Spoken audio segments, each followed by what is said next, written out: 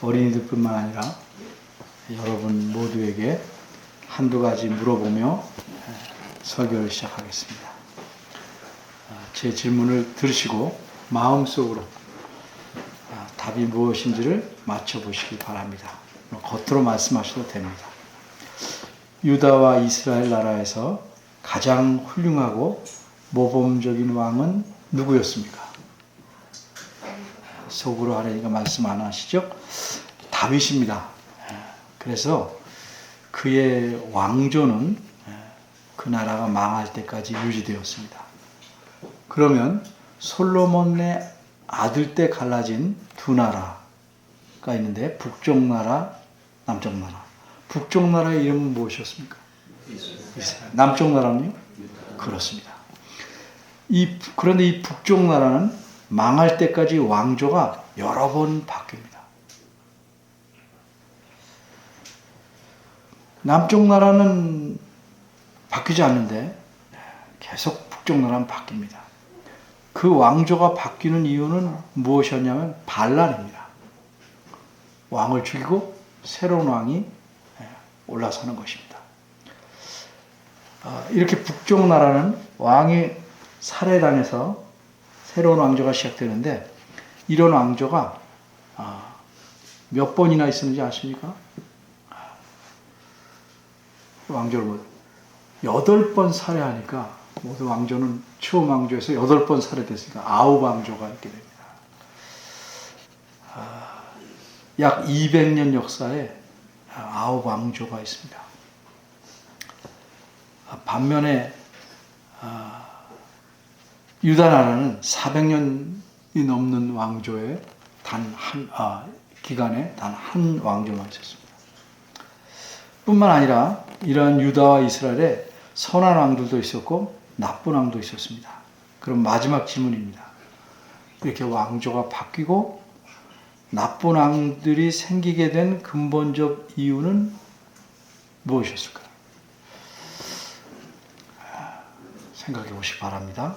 얼핏 보면 오늘 본문은 왕들하고만 연관이 있는 듯이 보이지만 자세히 살펴보면 우리와도 깊은 연관이 있습니다.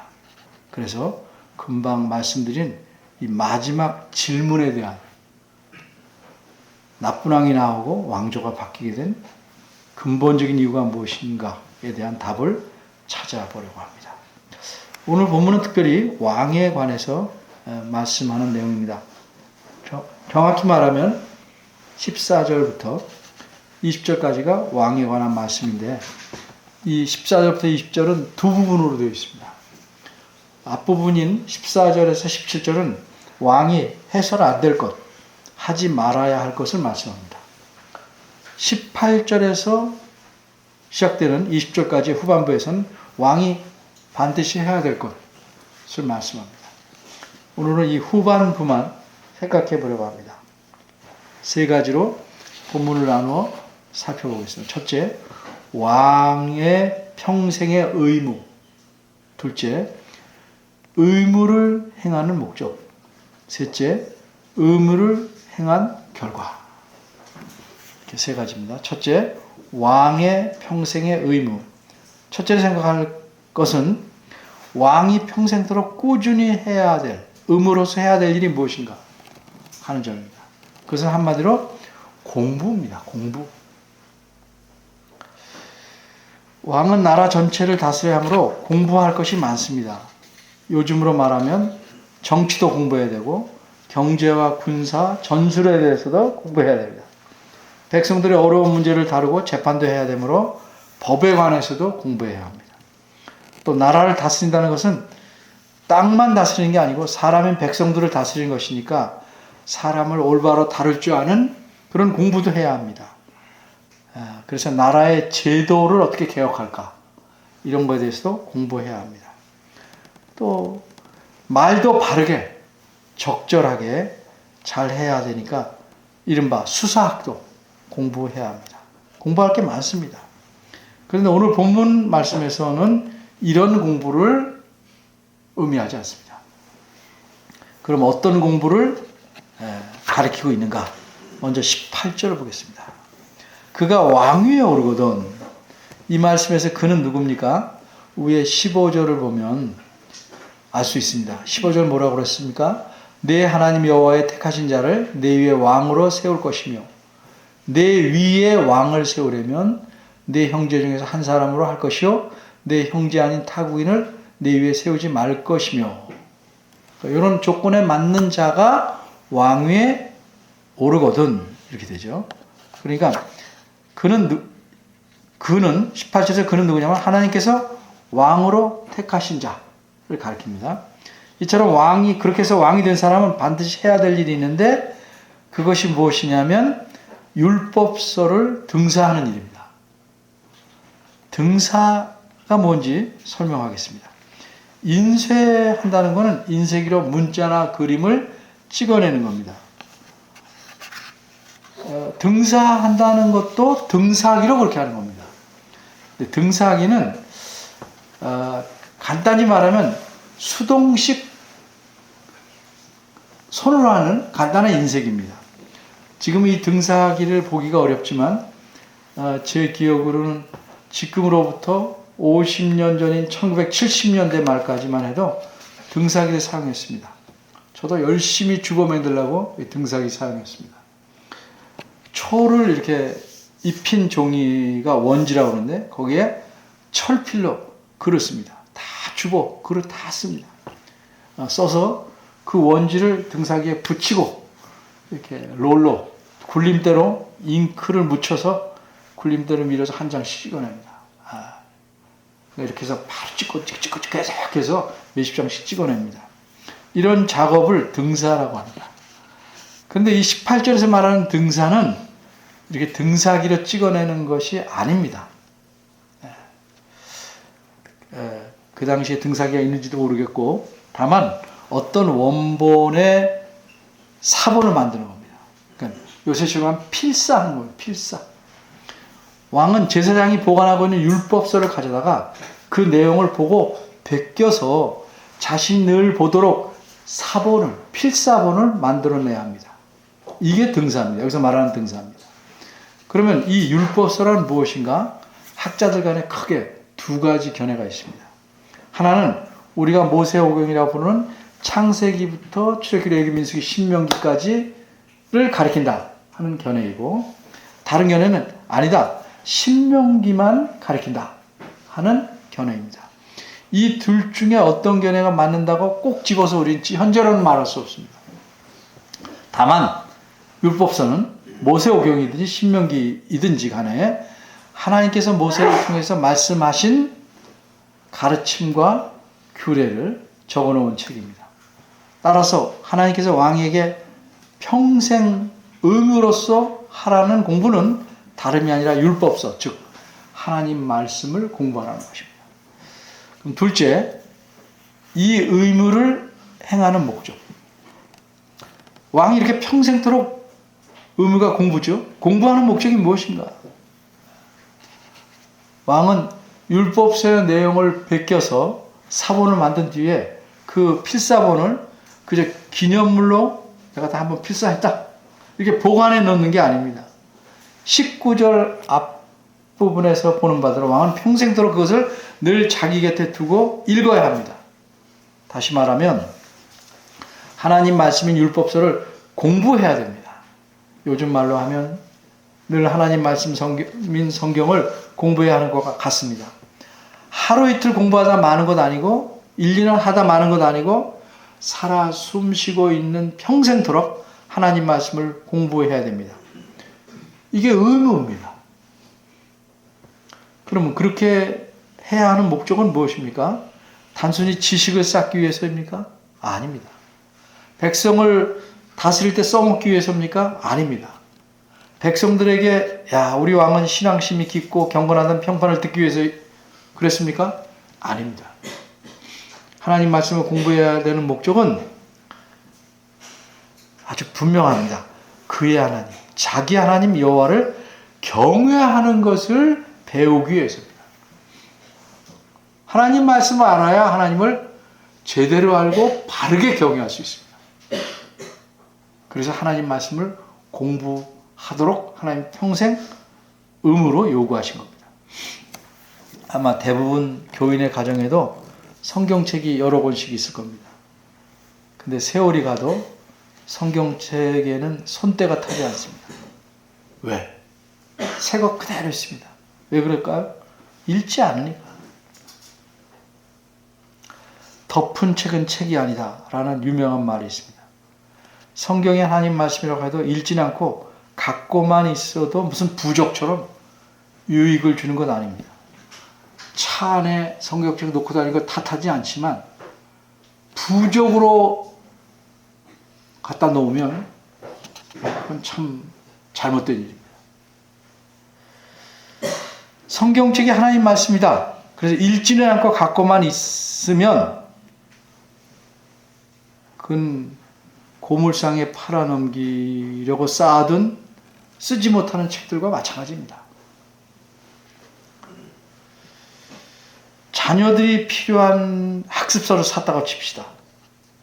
근데 자녀가 앞부분만 조금 공부하다가 내버려두면 부모들은 뭐라고 말하지 않겠어요? 자녀들에게 관심 있는 부모라면 책을 샀으면 끝까지 공부해라 이렇게 권하고, 자꾸 권해도 말 안 듣면 어떡합니까? 야단도 쳐야죠. 그런데 성경책에 대해서는 그렇게 하는 부모가 좀 적지요. 학교의 과목에 대해서는 복습해라, 예습해라 다 챙기면서 성경책에 관해서는 관심이 없어요. 왜 그렇습니까? 대답은 간단해요. 본인도 잘 알아하니까. 아니면 지식의 축적이나 학교의 성적에만 관심이 있고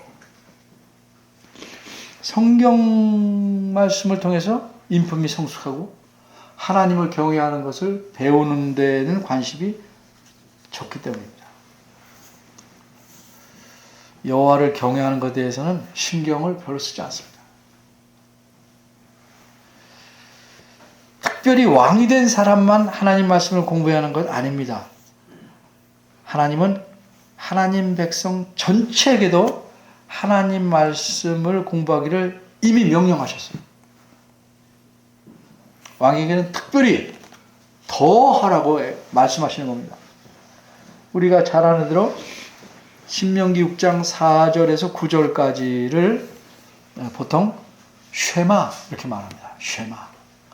창세기, 출애굽기, 레위기, 신명기 5권을 모세, 오경 이렇게 말하듯이 신명기 6장 4절에서 9절까지를 쉐마라고 합니다. 쉐마는 히브리 말인데 히브리 성경에서 이 6장 4절의 첫 낱말이 쉐마이기 때문에 그걸 쉐마 이렇게 부릅니다. 쉐마가 무슨 뜻이냐? 쉐마는 명령어예요. 들어라! 들어라. 무엇을 들으라고 말씀했습니까? 신명기 6장 4절에서 9절 내용을 보면 여호와 하나님을 진심으로 마음과 성품을 다해서 힘을 다해서 사랑하라는 내용입니다. 그렇게 하려면 어떻게 해야 되는가? 그 쉐마 부분을 보면 7절에 보면 내 자녀에게 부지런히 하나님 말씀을 가르치라고 말씀합니다.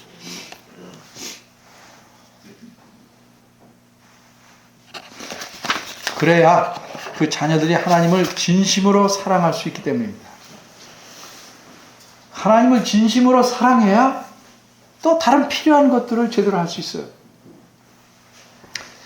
그런데 하나님을 사랑하는 것은 저절로 되는 게 아닙니다.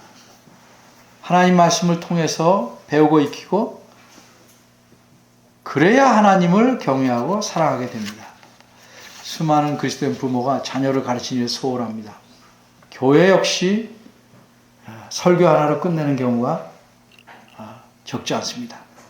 죄송하게도 우리 1, 2월 달은 그런 상황이라 좀 미안합니다. 수많은 교인이 하나님 말씀을 풍성하게 배우기에 관심이 적습니다. 어쨌든 이스라엘 백성은 어릴 적부터 하나님 말씀을 철저히 배우도록 요구받았습니다. 그런데 왕이 된 사람은 하나님 말씀 공부에 더욱 전념해서 하나님을 경외하기를 더 철저히 배우라는 것이 하나님의 명령입니다. 하나님 경외한다는 건 그저 시험에 합격하면 멈추는 그런 일이 아니고 평생을 지속해야 하는 일입니다. 예를 쉽게 하나 들까요? 자식이 부모를 공경하는 것은 어버이날에만 하는 일이 아니죠. 평생을 해야 되는 일과 마찬가지입니다. 왕은 공부할 게 많습니다. 그런데 하나님께서 하나님 말씀을 공부하라고 명령하신 것은 그 공부를 통해서 하나님을 경외하는 것, 그걸 배우는 것이 가장 왕에게 중요하기 때문에 그렇게 하라는 것입니다. 전도서 10장 13절에 보면 이런 말씀이 있습니다. 하나님을 경외하고 그 명령을 지킬지어다. 이것이 사람의 본분이니라. 하나님을 경외한다는 것이 무엇일까? 이렇게 설명하고 싶습니다. 참으로 존경스럽고 위대한 분이라서 내가 가까이 다가가기가 가고 싶지만 어렵습니다.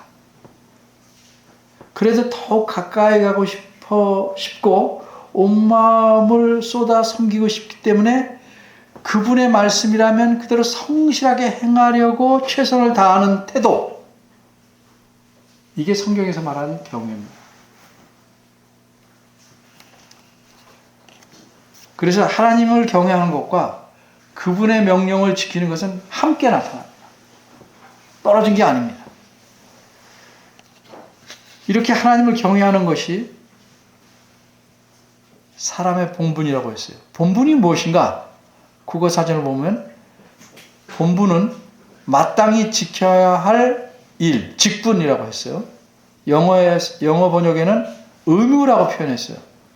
근데 이게 좀 다 약해요.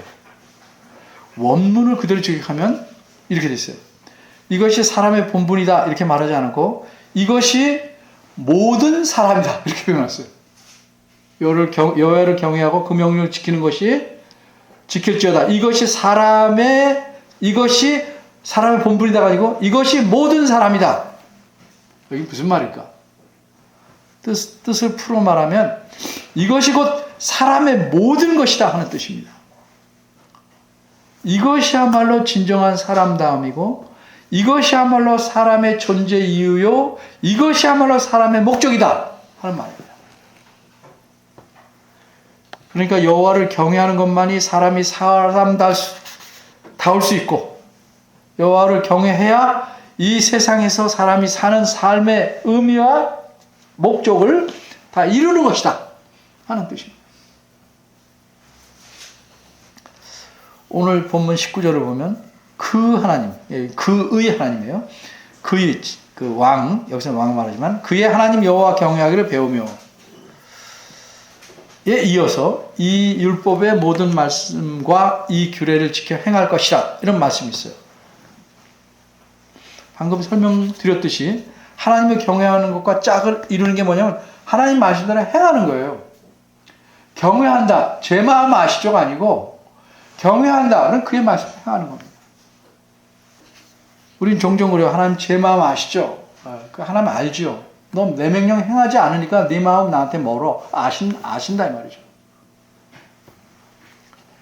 그러니까 경외와 순종이라는 것은 동전의 양면과 같습니다.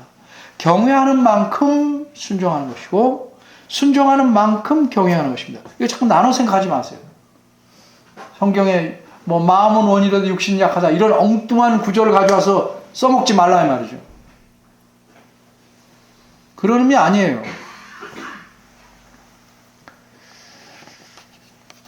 이처럼 그러니까 더도 말도 더도 덜도 순종하는 만큼 경외하는 겁니다. 경외하는 만큼 순종하는 것이고 또 순종을 함으로써 경외를 배우는 것이고 경외를 하게 되니까 또 순종하게 되는 이게 잘 이렇게 맞물려 굴러가는 겁니다. 이렇게 하나님께서 자기 백성의 왕으로 세운 자에게 요구하신 것은 한마디로 하나님을 경외하는 겁니다. 셋째, 의무를 행한 결과 사람이 하나님 말씀을 제대로 공부하면 왕은 물론이고 그 결과는 무엇일까? 그 결과는 어떤 것일까?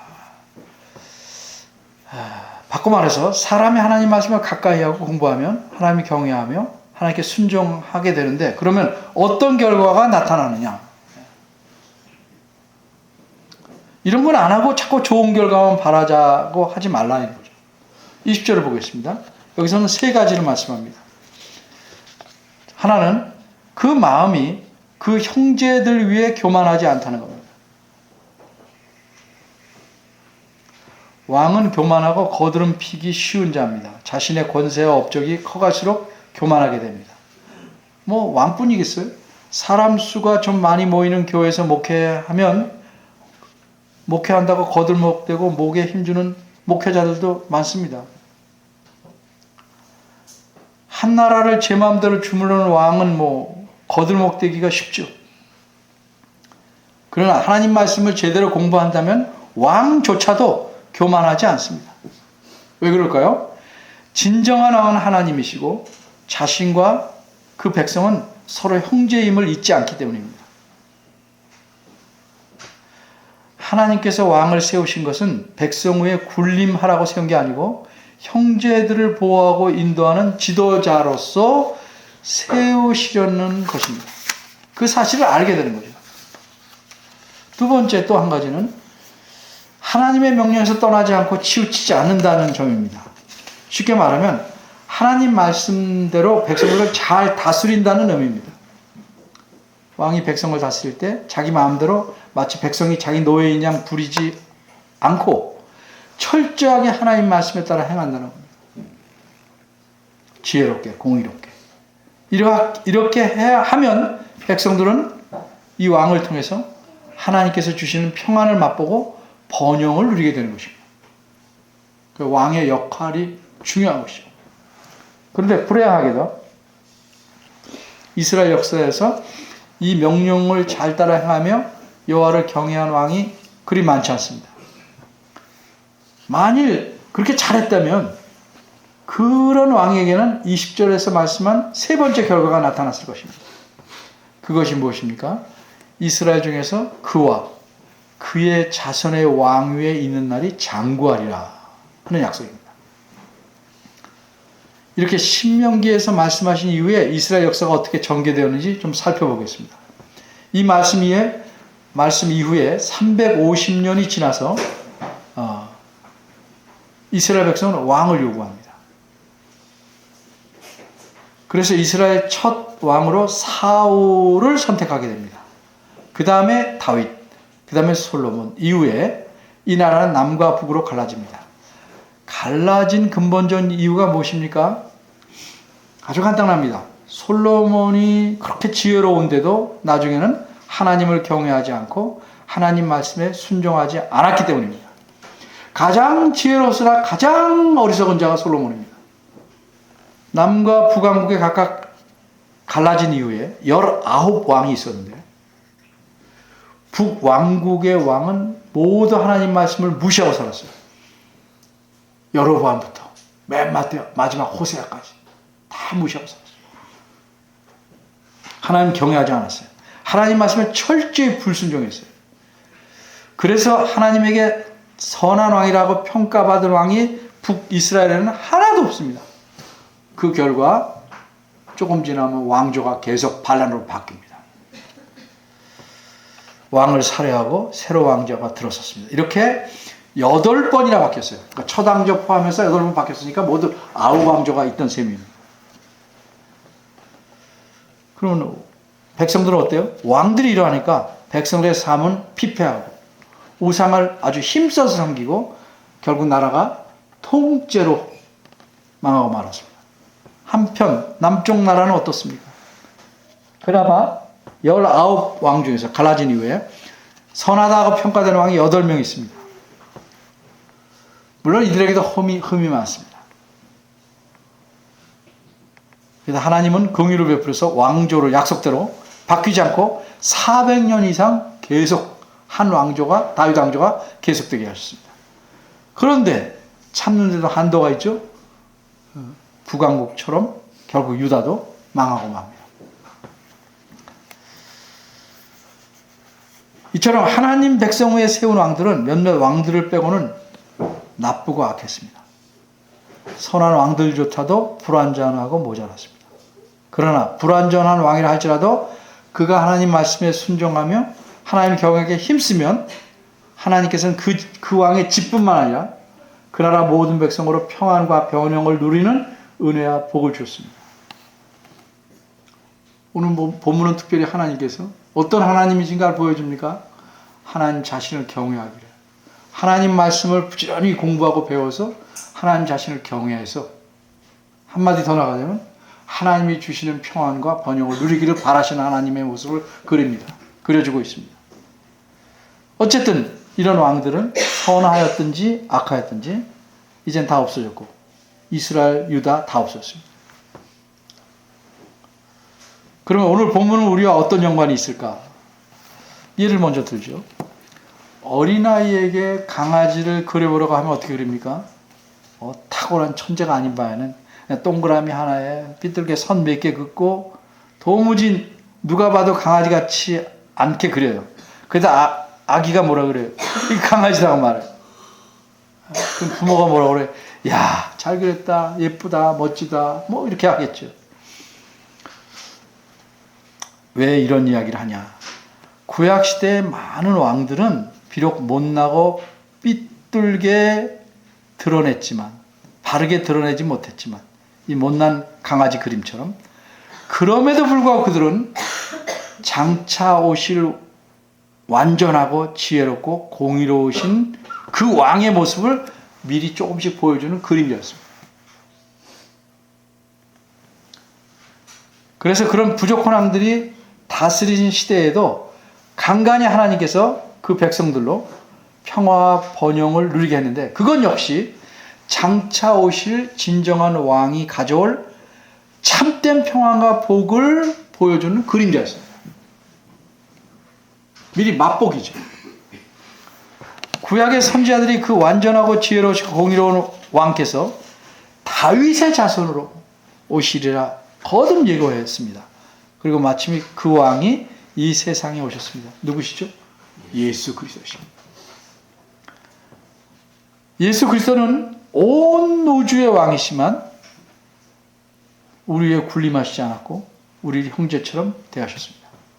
그리고 그분은 하나님 말씀에 따라 철저하게 그 말씀에 순종하고 하나님을 경외하는 삶을 사셨습니다. 진정한 왕의 모습을 보이셨어요. 그리고 마침내 자기 백성인 우리를 위해 고난을 받으시고 우리 대신 매를 맞으시고 자기 생명까지도 내놓으셨습니다. 왜 그랬을까요? 예수 그리스도를 믿는 자는 누구나 민족이나 혈통이나 성별이나 신분과 관계없이 그분의 백성으로 삼으시려고 그러셨습니다. 따라서 이제 그리스도는 우리의 진정한 왕이시며 그의 백성된 우리는 그분의 다스림 안에서 하나님의 평안과 복과 은혜를 누릴 수 있는 토대를 얻게 된 것입니다. 그런데 이제 우리가 그리스도 안에 있다고 해서 자동적으로 하나님의 평안과 복을 맛보지 못합니다. 왜 그럴까요? 손에 사과를 주어줬어요. 이 사과의 맛을 보려면 어떻게 해야 돼요? 쥐고만 있어요? 뱀으로 먹어야죠. 그리스도 안에서 우리에게 주어진 평안과 복도 그렇습니다.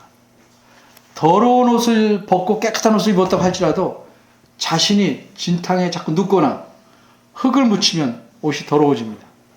우리 각자가 하나님 말씀을 통해서 하나님 경외하기를 배우고 순종하지 않으면 그리스도 밖에 있는 사람처럼 하나님의 평강과 복과는 거리가 멀어지게 되는 겁니다.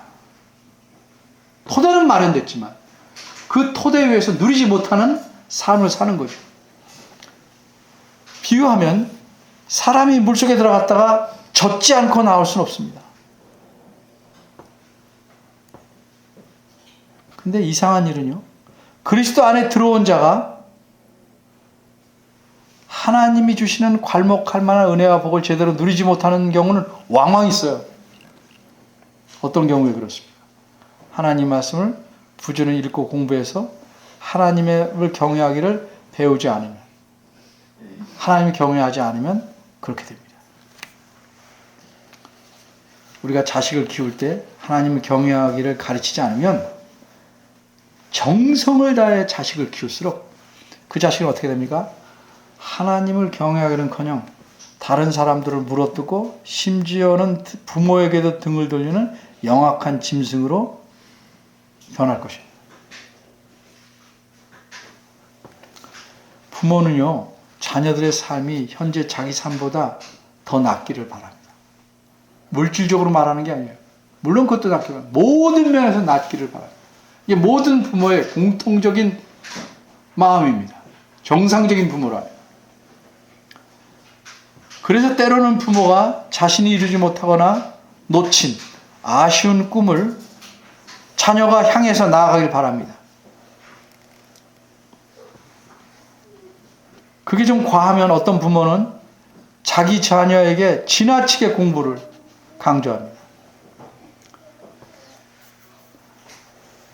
그런데 불행하고 아쉽게도 자기 믿음에 부족한 점, 하나님을 섬기는 일에 약한 점을 보강하기 위해서 그런 잘못을 되풀이하지 않도록 자녀들을 교육하려는 가정, 부모는 매우 드물어 보입니다.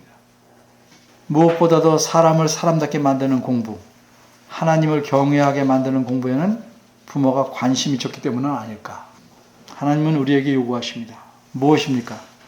하나님 말씀을 평생 읽고 공부해서 나 하나님을 경외하라.